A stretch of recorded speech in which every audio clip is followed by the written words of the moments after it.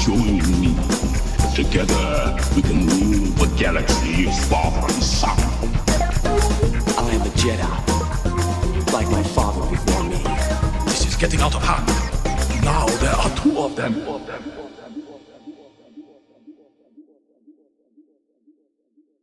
Hello there, Space Wizards, Plastic Spacemen, and Rebel Princesses. This is Todd Hoffman and Trent Hoffman, and you're listening to Big T and Little T, a Star Wars podcast. Welcome to episode 99. Today, we're going to be talking about what else we're going to talk about. In 1999, The Phantom Menace came out. And so we're just going to talk about a little bit about The Phantom Menace and the juggernaut that it was, from a merchandising perspective, and just everything that happened in the whole 1999. So it's going to be great. Unfortunately, Lil T couldn't join me, but he will be back next week. We got a very special episode planned for episode 100. I can't believe it, brother. We're finally at the 100 mark, and that is crazy. I can't believe this. But yeah, we're going to celebrate that next week. So flipping around a little bit, we're going to do like what happened when, because right now, because I really want to set the tone for like 1999. And so it was literally Star Wars fever in 99. And so just want to kind of talk through some of that stuff, and then we'll kind of circle back to the Phantom Menace, the actual movie proper. But so first, like last year, when we were talking about, last week, when we were talking about episode 98, and we're talking about 1998, Dark Horse was publishing some of the Star Wars Magna, and so now it was Empire Strikes Back. That happened in January, so it's a little slow in the first couple months, but then it's just like crazy Star Wars. So that's going on. X-Wing Solo Command is another book. The X-Wing series was published in February. You got still Crimson Empire is a big thing for Dark Horse. That's happening. We're at Star Wars Insider 42 by February, so that's crazy. The Art of Dave Dorman. Now, if you don't know Dave Dorman, he is a fantastic artist, actually local to Chicago, which is awesome. Seeing a lot of his work, he is fantastic. That was published in March. Okay, when we get to April, it get crazy. So we got The Phantom Menace novelization happened on April 21st. So almost a complete month before the movies actually came out, the novelization came out, which I thought was odd. I tried so hard not to read that, but then I bought it, and there was like four alternate covers, but I bought it, and that was it. I bought it. I had to read the whole thing. I did read the whole thing before Phantom Menace came out. I couldn't help it. But I was trying to, I did stop, I believe, right at the end, because I was like, I want to know how it ends, but I definitely read a lot of it. And then that was coming out. And then, which is crazy too, they had the illustrated screenplay that came out. May 2nd was the first celebration in Denver.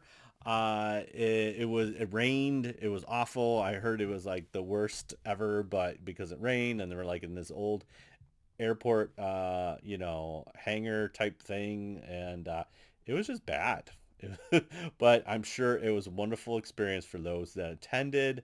And then just May is just crazy with all this kind of release stuff. I'm trying to think when the soundtrack came out. The soundtrack had to come out. I thought it was in April, but maybe it was in May, and that was my first spoiler. So if you're not familiar, it's got the cover of like pod racing on the front, and remember I was at the local mall during lunch, and I'm like, oh, the soundtrack came out. I want to get it. I think I want to get it. And you look right in the back, not even blacked out. They had Yoda blacked out in the 80s. They couldn't black out like one little title, but basically they had one of the title tracks is like Qui-Gon's Noble End, and you're just like, I was like, no, what? So I was super pumped with Liam Neeson being Qui-Gon Jinn, and I was already ruined before the movie even started, and I was already reading the book, but at the same time I was like, come on, no, no, no, no. So yeah, which is, here's really weird, like, now 20 something odd years removed, the tickets for Phantom Menace went on sale on May 12th. So only a week before the Phantom Menace came out. And that is just crazy to me. That is just crazy to me.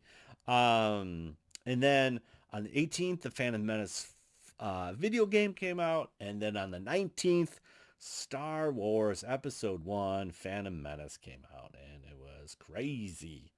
And then another thing that happened that's very significant is that the Lego line for Star Wars happened in May as well.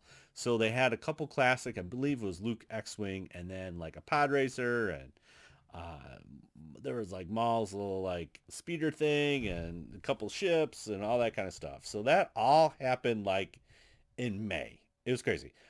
Star Wars Episode 1 Visual Dictionary came out. That was significant. Trying to think what else. What else happened? X-Wing Starfighters came out in August.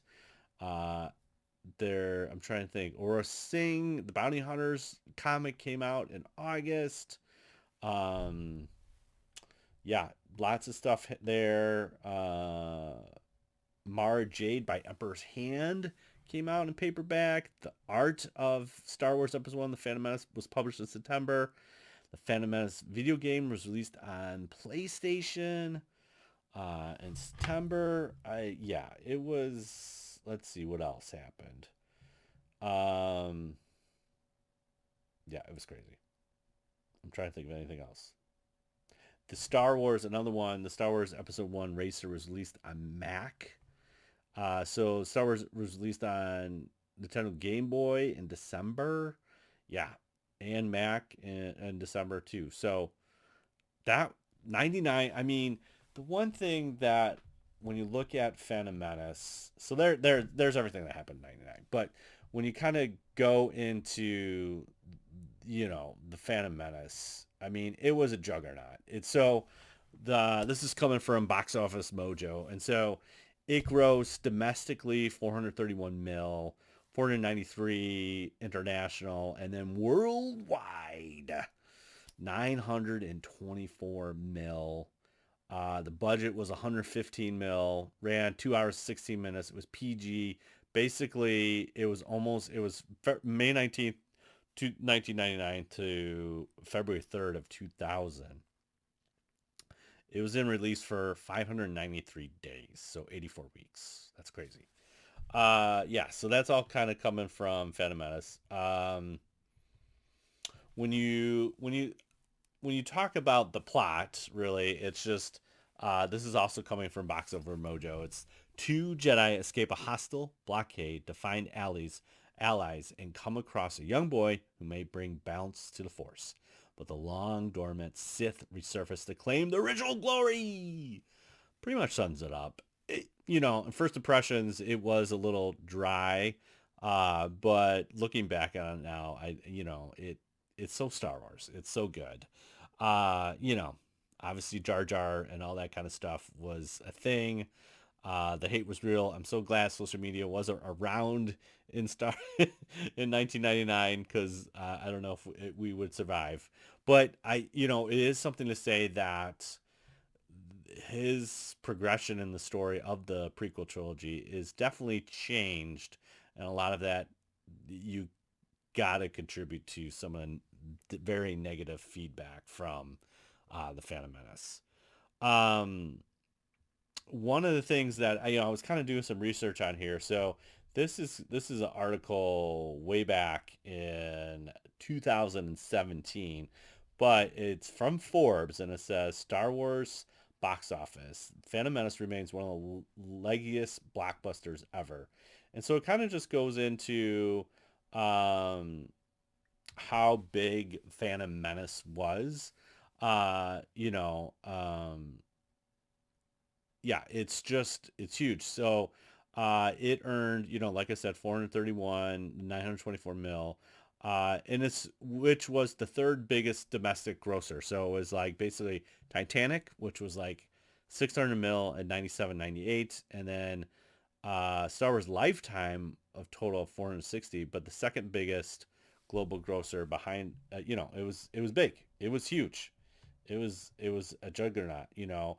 Um, and one of the things that I think one of the things that was why it was so big is because there was just a huge gap. I mean, from 83 to 99, you had nothing. So it's like 16 years of nothingness. And this, one of the things that I think is just really, if you didn't live it back then, I mean, everywhere you go, it was merchandising, merchandising, merchandising. And they just it was a juggernaut, and one of the things that it's just saying in the Forbes article, it earned 28 mil on the debut on Wednesday, 64 mil on Friday and Saturday, 100 mil on Wednesday, and Sunday, and it it was it was big. It was a big, like, it grossed it like in the Memorial Day weekend it grossed like 200 million in just like 13 days. So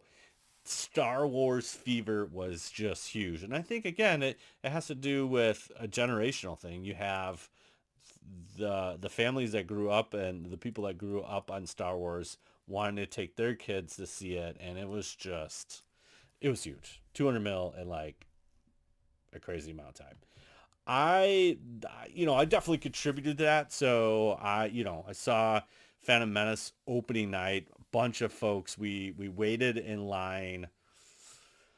One of the things that was interesting too back then was just like, oh, let's go to movies. And like I said, the advance tickets were not. They didn't go on sale till like a week before. Got the tickets. We saw it. We saw it in Paramount Theater in Kankakee.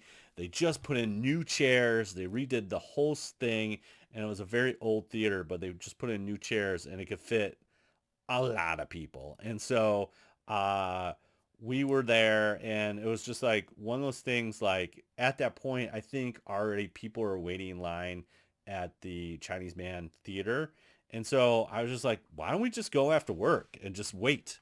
And so that was the idea. We really didn't plan anything.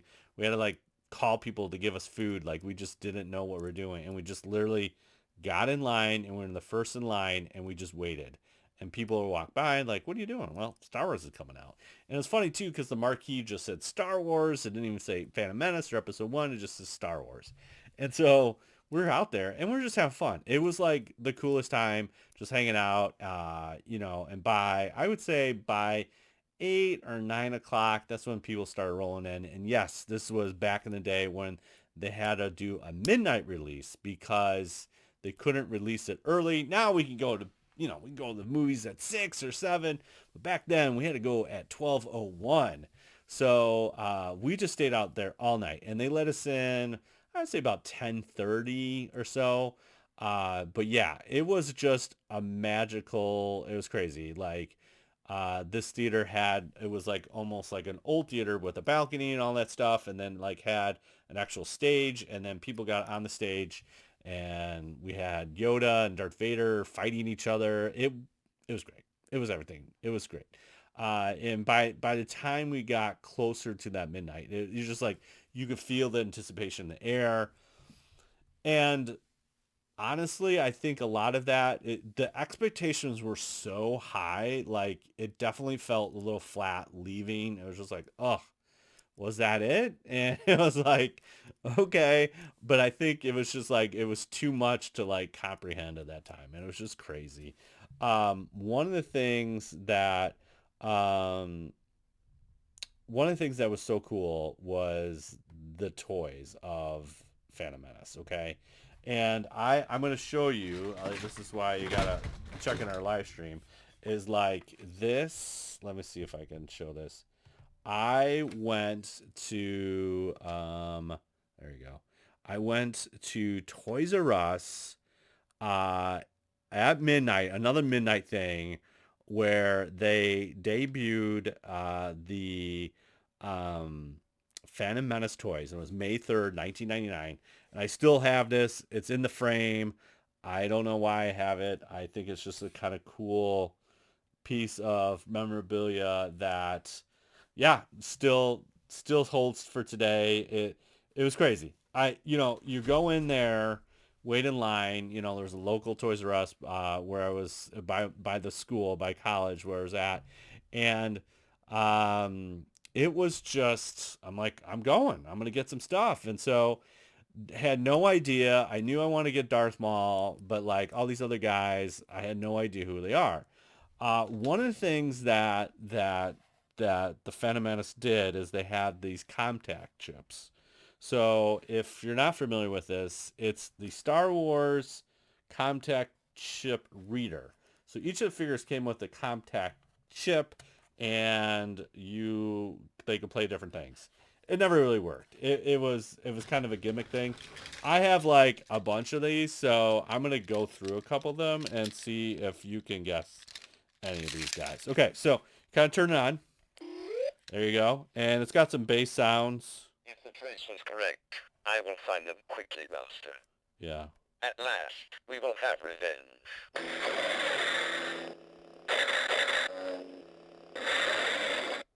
If the trace was correct, I will find them quickly, Master. Yeah. It's...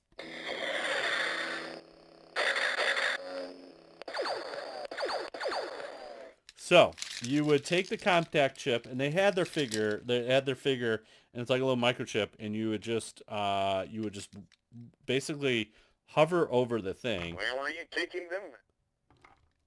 Halt! You're under arrest. Clear them away. Where are you taking them? So any guesses there? These are so bad, and they're awesome. That was a battle droid. So if you got guess battle droid, that's fantastic. Let's see. Let me see. Oh, here we go. This is a good one. Hard to see the dark side is. How feel you?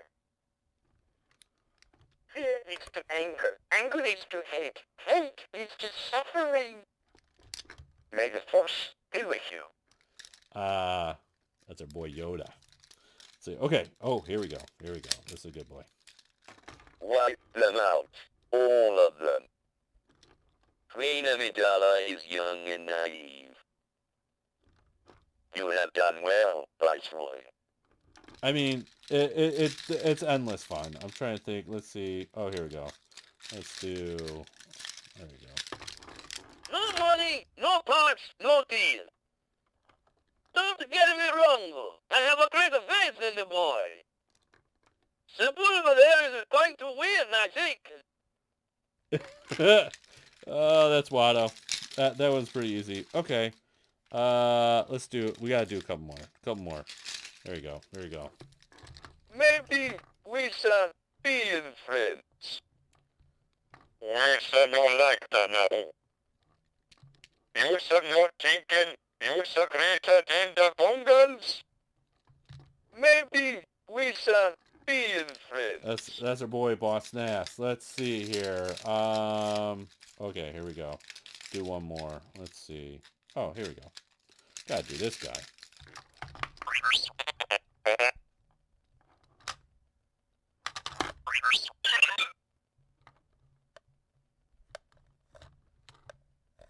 That's it, I think. Maybe. R2's only got a couple of beeps. I'm trying to think. Okay, here, we gotta get... There we go. Do not defy the Council, Master, not again. I have a bad feeling about this.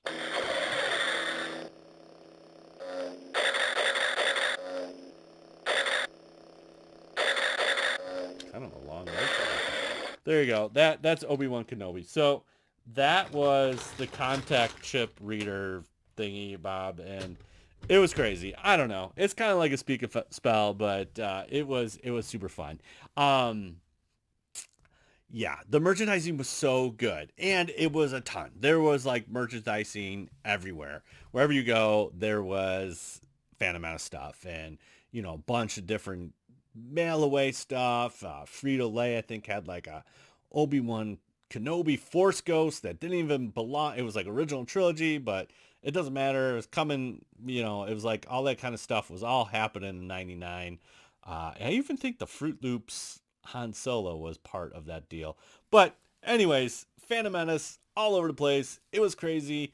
I remember you could get a preview battle droid in STAP, and it came in this, it was just so out of this world. It was like, a skinny battle droid on the little speeder bike thing, and it was like the greatest thing ever. And I was like, this is amazing. They even had, I believe they had an early Mace Windu that you could mail away on. And I mean, it was crazy. It made, if I'm remembering correctly, it was $2 billion in merchandising.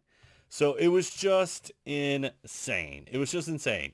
And I think that's the best part of the Phantom Menace. It's just that whole scene, that whole year was just that build up, and then the release, and then just all the stuff. It was just permeated everywhere. You can go to Taco Bell and get your Pepsi box soda topper thing.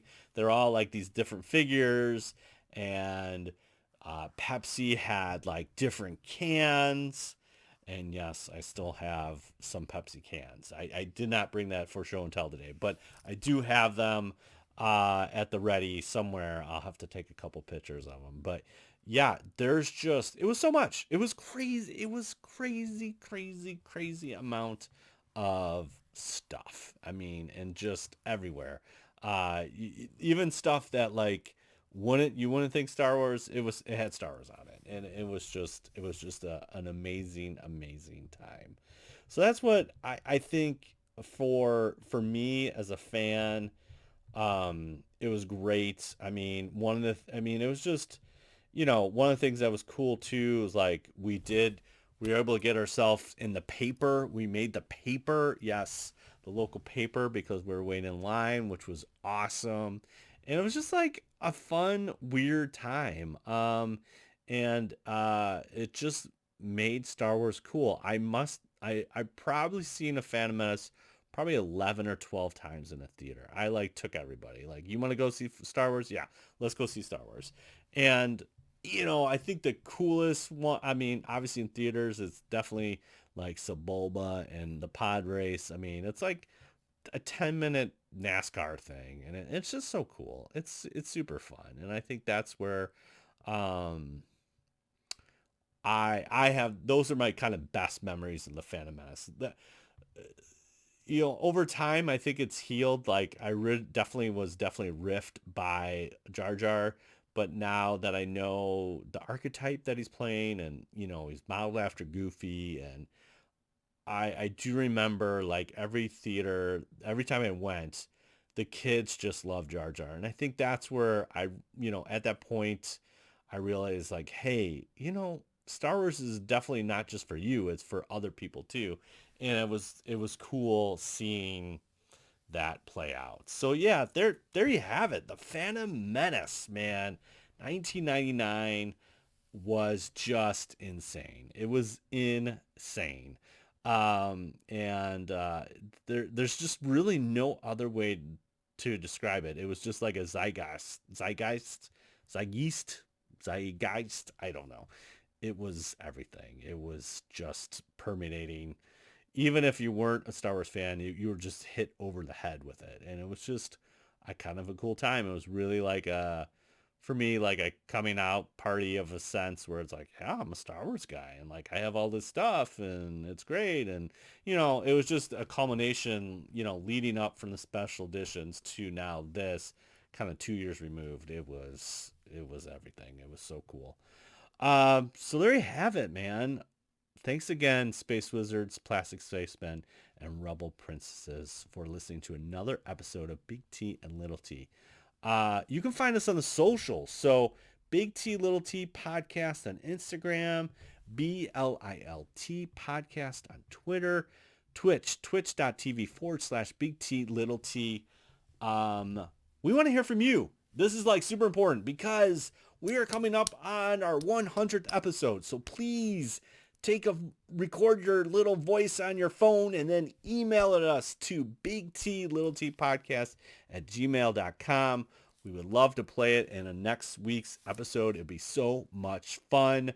If you got a question or you had a favorite memory about the Phantom Menace, let's hear about it. I want to hear about it. So you can definitely do that, and we could throw some swag at your way. It'd be great. Hey, if you want to get all our pertinent links, go to bio.link /big T little t, and you can find all our hot links there. But yeah, we want to hear from you. So definitely, again, email us, bigtlittlepodcast@gmail.com. We want to definitely celebrate episode 100, and we have a great show planned. I'm going crazy tonight. Yes, that's right. I'm going crazy. I got this in the mail, and it's from a certain bounty hunter. So I'm going to do like this kind of live unboxing, if you will. You can't see this on podcast. I'm sorry. That's why you got to watch YouTube. But it's from a certain bounty hunter from Mandalorian. A fellow podcast lover, and it's from Dominic Pace. And so Dominic Pace played the Gecko in The Mandalorian, and this is from Dominic Pace. So we got a straw and a little umbrella, but here we go. This is a signed tiki cup, and it is from, let me do this. There we go. Star Wars from the Gecko. And Dominic Pace is on this tiki cup, and it's pretty cool. Not gonna lie, the artwork is pretty amazing. We got Queel and gosh, what is that little creature's name? I'm totally blanking. I want to say, I can't even think of it. There's Grief Karga, Dominic as the Gecko. We got a little chicken walker here. Pretty cool. A Mudhorn, IG-8, some great stuff here. So yeah, there you have it. It is. So let's just kind of open up. This is from Geek Tikis. They do a lot of different lines for Star Wars, and they are pretty cool. I have a Groot Gecko or Groot thing. So we're just gonna open this up here real careful like if we can. Please. There we go. And there we go. There is the tiki mug. Pretty cool. Pretty awesome, Dominic. This is like ridiculously cool. Got a little, yeah, it's fun. It is his first licensed memorabilia, so pretty awesome, and super excited. So there you have it. That is the Geeky Tikis Dominic Pace Tiki Cup. So super excited. Got that in the mail today. I was like, well, this would be great for the podcast. Also kind of working on, I think I talked about this before, but it's kind of hard, but I'm working on some new armor. So working on the Patrol Trooper, so from Solo. So I'm starting to like cut things out and do things. So this is like the front plate, and this is the back plate, and so I'm starting slowly to work on that, and so that's been a lot of fun. So been working on that, and hopefully sometime this year. I'm not making any promises, but hopefully maybe October, who knows. But yeah, it's going to be cool. So yeah, lots of geeky stuff going on. Looking forward to next week, as I said, for episode 100. We got a very fun episode planned for that. So there you have it. So next week, episode 100. Make sure you're there. And we'll be talking. We have a special guest planned. So now remember, truly wonderful the mind of the child is. And may the force be with you always. Bye. See you later. Bye, bye, bye.